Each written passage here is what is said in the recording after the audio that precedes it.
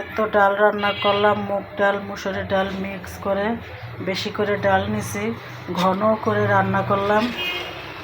এই নাগামরিচ দিছি, জলপাই দিছি, ধনে পাতা, আর এই তো বাগার দিয়ে নামায় ফেললাম। বাগারে শুকনো মরিচ দিছি আর পেঁয়াজ।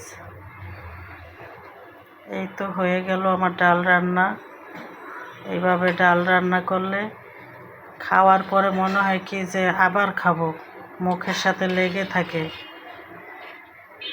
এরকম একটা অস্থির একটা স্বাদ।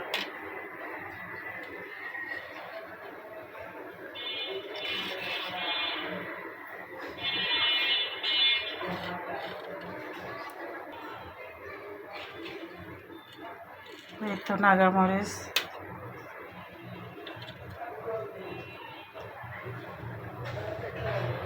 দেখি আজকের ডাল রান্না খেয়ে কি বলে। ওই পর্যন্ত অপেক্ষায় থাকি, দেখি কি বলে আজকে, কি রিভিউ দেয় আমাকে।